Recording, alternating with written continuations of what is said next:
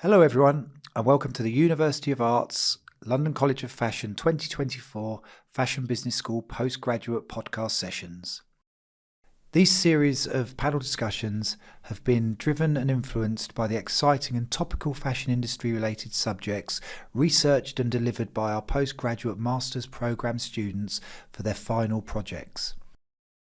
They cover current and relevant themes shaping the wider fashion industry, such as sustainable practice, the use of AI and XR technologies, and also inclusivity. We hope that you enjoy these session discussions and thank you for listening. Okay, so hi guys, nice to have you here. My name is Julia Redman. I'm a lecturer on the BSc Fashion Management and I'm here with Eva and Manvi, so I'm just going to hand over to them and ask them to introduce themselves. Mm-hmm. My name is Eva Dojackova, and I'm from MA Strategic Fashion Marketing, and I just finished my course. I am Manvi Jainth. I am from MA Fashion Marketing and Sustainability, and I finished my course just recently as well. Okay, great to hear. Thank you both for joining us. We're here to talk about sustainability, particularly in the context of fashion marketing and considering consumer attitudes to sustainability.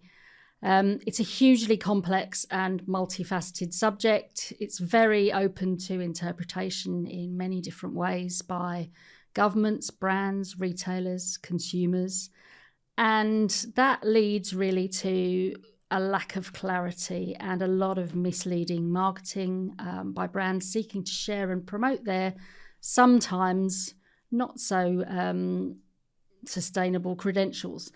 So we're sort of coming at this from the angle of the Sustainable Development Goals. And in 1987, the Brundtland Commission defined sustainability as meeting the needs of the present without compromising the ability of future generations to meet their own needs. So with this in mind, if we are ever going to achieve this goal, as a significant contributor to climate change and consumption of natural resources, waste creation, water usage, how do we as brands and retailers need to change, and how do we need to communicate and engage our customers in that journey? So, Eva, if I can come to you first. So it's really necessary to look at this problem as a long-term problem and a long-term thing to solve rather than a short-term thing, because the short-term viewpoint of this is on profit, and it is necessary that we look at the sustainability goals in a long-term period. And what we can do is be more transparent, as you were talking about. What can we do? How can we communicate? It's necessary that brands are more transparent and more upfront with their details of production, and that's a start for sure. Okay, Manvi? I would like to kick things off by introducing the concept of Atmanirbhar that was coined by Gandhi, which translates to self-reliance. It's all about making the most of what we have and being resourceful and cutting down on waste. In the same way, circular economy, ensuring that products can be reused, repaired and recycled, keeping them in use as long as possible. And to get customers on board, I think engaging them in the process goes a long way. Maybe building a community around sustainability and offering incentives so that they engage. Mm-hmm. Okay, thank you. It's really interesting what you say about the sort of almost the cultural aspects as well, because I think everywhere we travel, we produce, we visit has a different approach to sustainability. So again, globally, it's a huge and very, very multifaceted problem, and we will all approach it from different directions. So finding a consistent approach is quite challenging. So what do you think are the main criteria that we need to consider when we're incorporating sustainability into our business strategies? Eva, can I come back to you? Sure. So I think so. There is multiple things we for sure need to consider. I would point out the fact that it would be ideal if the linear model that exists in most fashion brands would circulate rather than be linear. It would transform into this into a circulate model that would shift towards clothing being reused, repaired, recycled, which would use less materials and would be less it would be less wasteful for sure. Yeah. Okay, Manvi, your thoughts? Yeah, so like you mentioned, there is no agreed upon definition of sustainability. Everybody approaches it from different views and angles.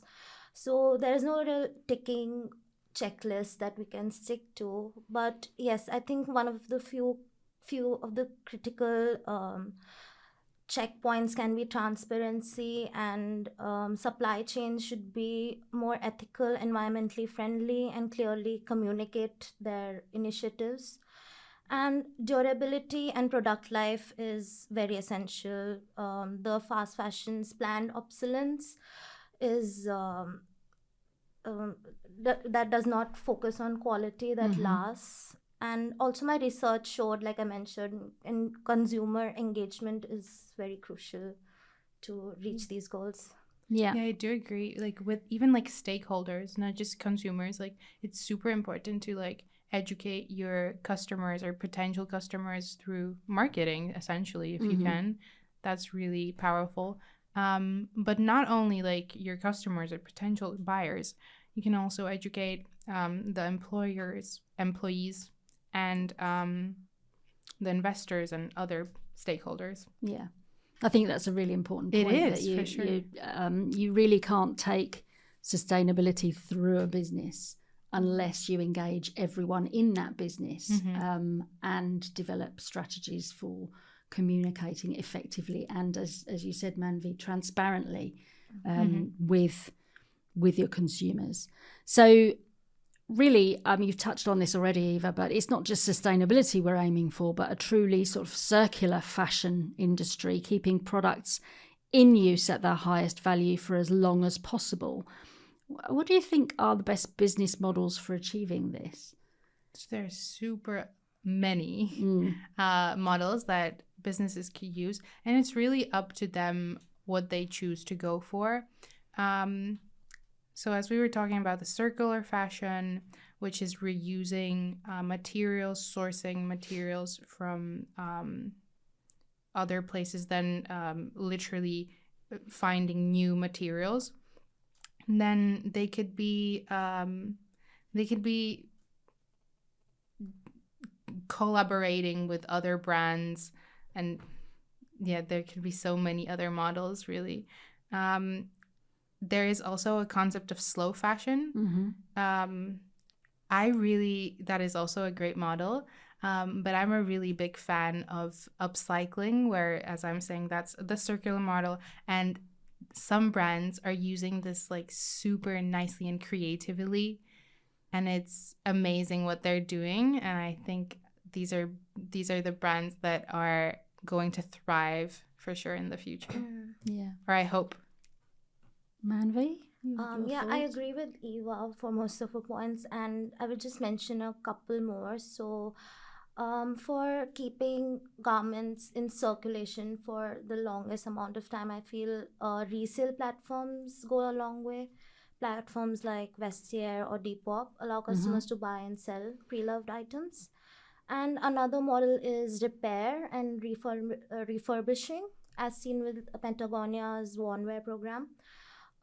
This also brings in the community aspect, where people go to stores and repair their pre-loved items and try to keep them as long as possible in their closet. So Okay.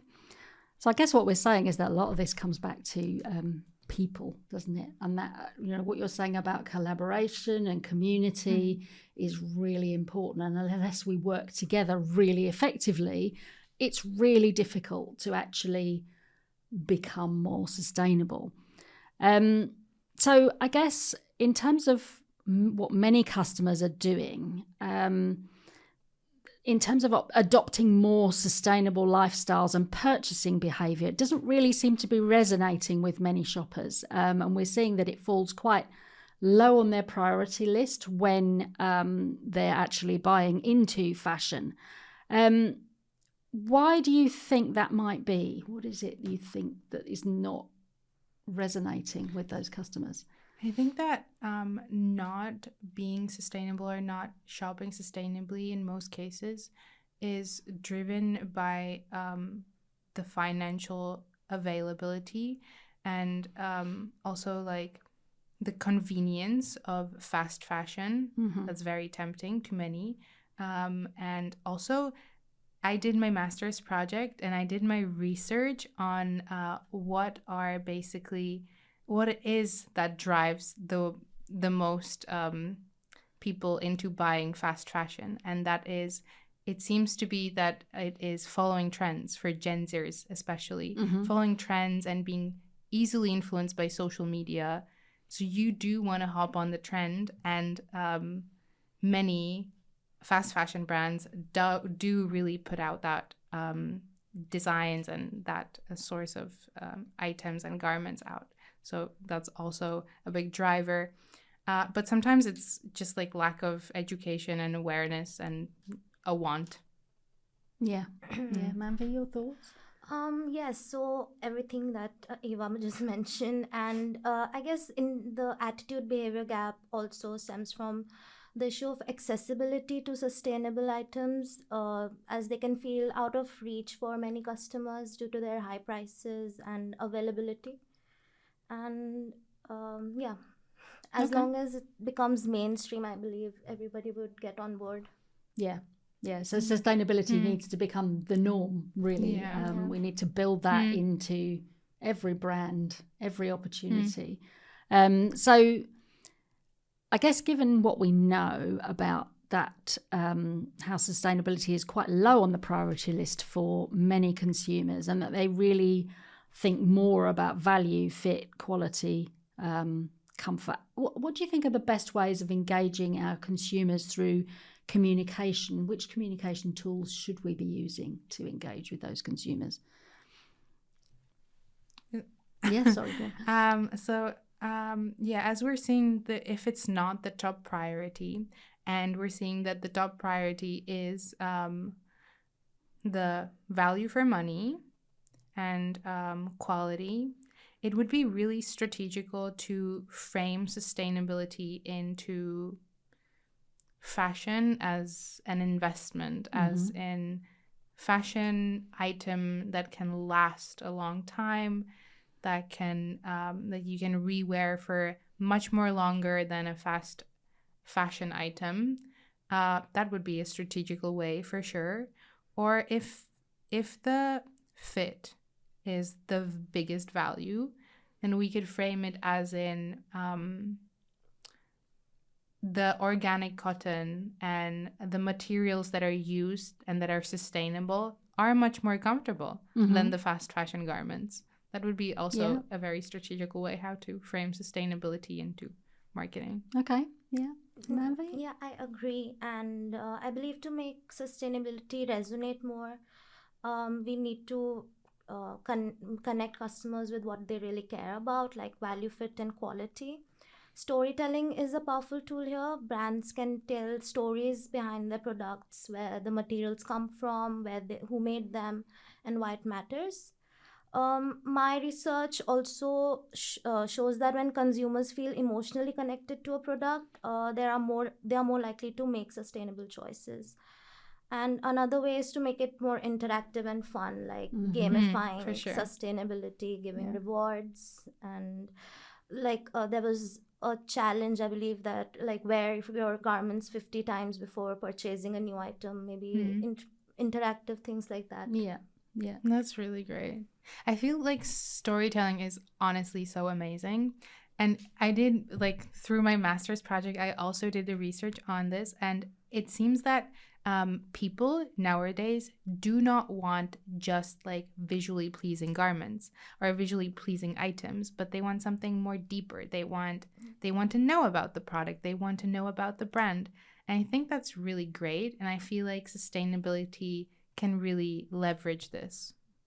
Okay. So we need to weave it into our sort of communication strategies and make it more accessible, more fun, more interactive. I think you're absolutely right in that people aren't just looking at buying a piece of clothing, but you tend to gravitate towards your favorite brands, and they're your favorite brands for a reason. And is it about the that consumer engagement? Have they talked to you in a different way about the product? Have they sort of communicated what they're doing on us? And if you care about sustainability, obviously you're already engaged in that conversation, but it's about how we then engage those who are a bit further removed, I guess, from the subject and not quite as interested. No, sure.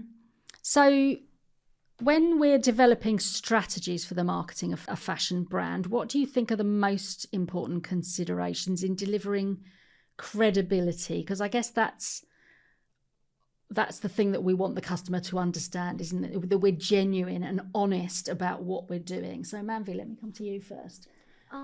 Like we already mentioned, transparency is one of the main aspects, and authenticity. Brands need to be upfront about their sustainability efforts and back up their claims with verifiable data. This is something I found even in my research. Gen Z, as much as they care about storytelling, they really care about factual data and facts about their efforts. My research also showed that consumers are highly skeptical of greenwashing, so it's essential for brands to communicate clearly about both their achievements and their challenges. Providing third-party certifications or openly sharing progress reports on sustainability goals is a great way to build trust. Mm-hmm. And yes, brands that acknowledge they're on a journey and don't claim they have already got this tend to build more lasting credibility. Yeah, Eva? for sure. They seem to be more trustworthy, for sure. I would also say that that the certifications and the third-party certifications are a great way how to back up the transparency that the brand is pushing, hopefully, through their website and their online space. I feel like if they are not doing that, it is kind of skeptical, and people nowadays tend to ask, why are you not transparent? Why are you not giving all the information out? And if you're not, it seems like the brand is hiding something, or it seems to me that the brand is hiding something. And I would not trust them as much as I would a brand that would really put out all the details and sourcing as they should. Yeah. So essentially what they're doing is the term that's been coined for this is green hushing, where basically I think some brands are quite scared about talking about what they're doing on sustainability because they're not perfect.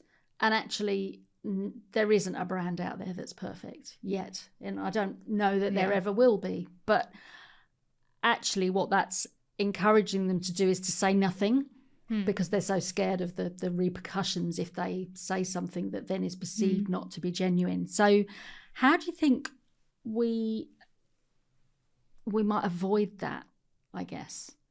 Like green hushing? Yeah. How to avoid green hushing? Well, be transparent and try your best in communicating with what are your practices, I would say.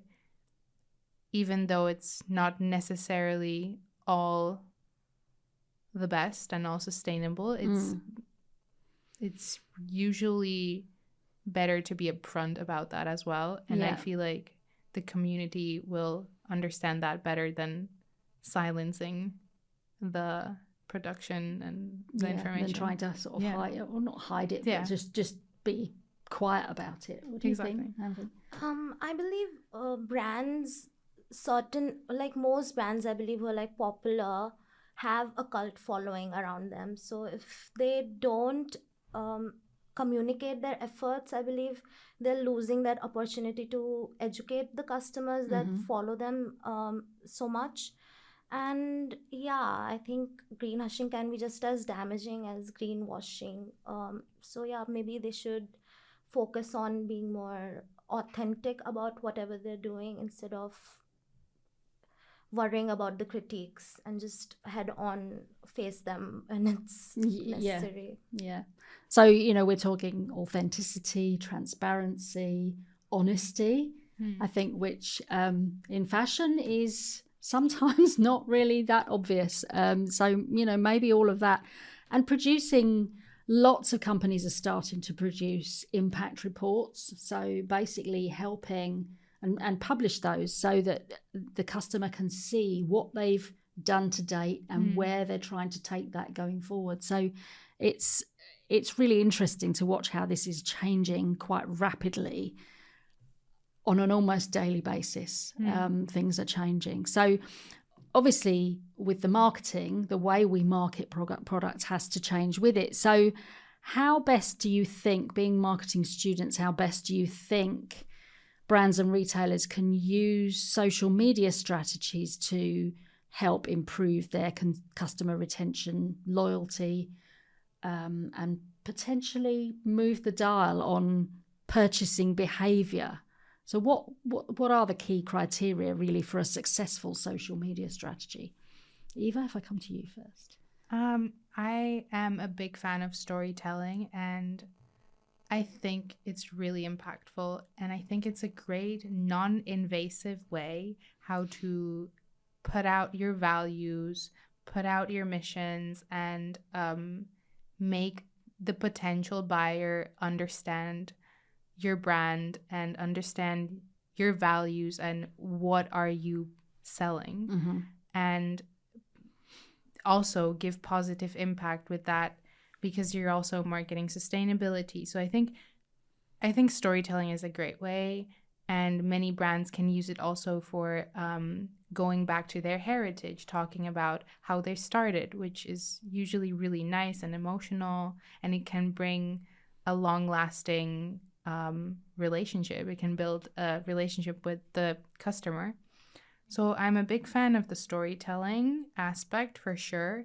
And I would also say that a good way how to market sustainability would be through educational content and education overall, because sometimes people just are not aware, and maybe they would buy a product if they would be aware and would be educated on how impactful it is. So I would point out these two as the main pillars for sure. Yeah.